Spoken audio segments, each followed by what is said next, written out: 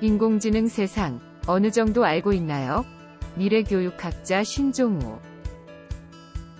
1980년대에 유리가 컴퓨터를 처음으로 접했을 때의 반응과 인공지능이 활용되기 시작하는 때의 반응이 비슷할 것으로 봅니다. 처음 컴퓨터가 등장했을 때 할 수 있었던 것은 간단한 계산이나 게임 정도에 머물렀지만 지금은 컴퓨터 없이는 세상이 돌아가지 않습니다.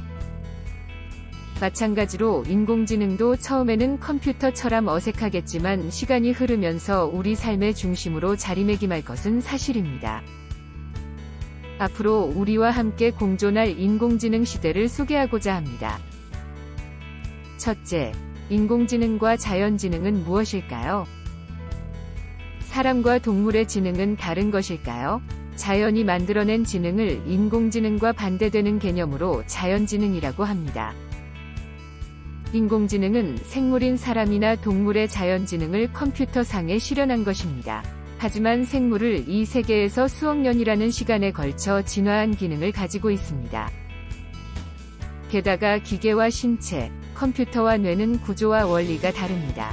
따라서 자연지능을 그대로 인공지능으로 옮길 수는 없습니다.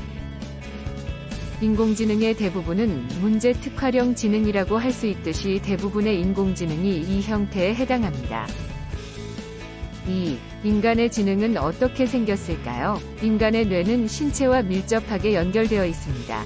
뇌의 정중앙이 신체를 제어하는 지능이고 진화한 부분이 감싸고 있습니다. 사람이 지능이라고 부르는 것은 가장 마지막에 만들어진 바깥쪽의 대뇌피질이라는 곳으로 고도의 사고를 담당하는 부분입니다. 문제를 해결하는 곳이 바로 이곳입니다. 하지만 신체를 관리하고 환경에 적응하도록 하는 지능이 사실은 뇌의 대부분을 차지하고 있습니다. 뇌 안을 들여다보면 뉴런이라고 하는 수많은 신경세포가 연결되어 있다는 것을 알 수 있습니다. 이것을 발견한 것이 1900년 전후라고 합니다. 그리고 이것을 수학적으로 모델화한 것이 뉴럴 네트워크 또는 그 중 하나인 딥러닝이라고 하며 학습 기능을 가지고 있습니다. 이 뉴럴 네트워크를 탑재한 인공지능은 딥러닝으로 발전했습니다. 그리고 모델화가 어려운 문제도 풀어냈습니다. 사진 데이터나 음악 데이터의 분류도 그 중 하나입니다.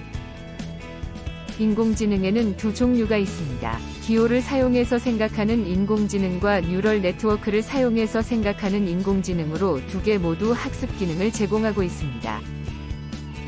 이처럼 학습하는 인공지능을 키우려면 데이터가 필요합니다. 다시 말해 데이터를 이용해서 학습하고 이 학습을 통해 더 똑똑해지는 것입니다.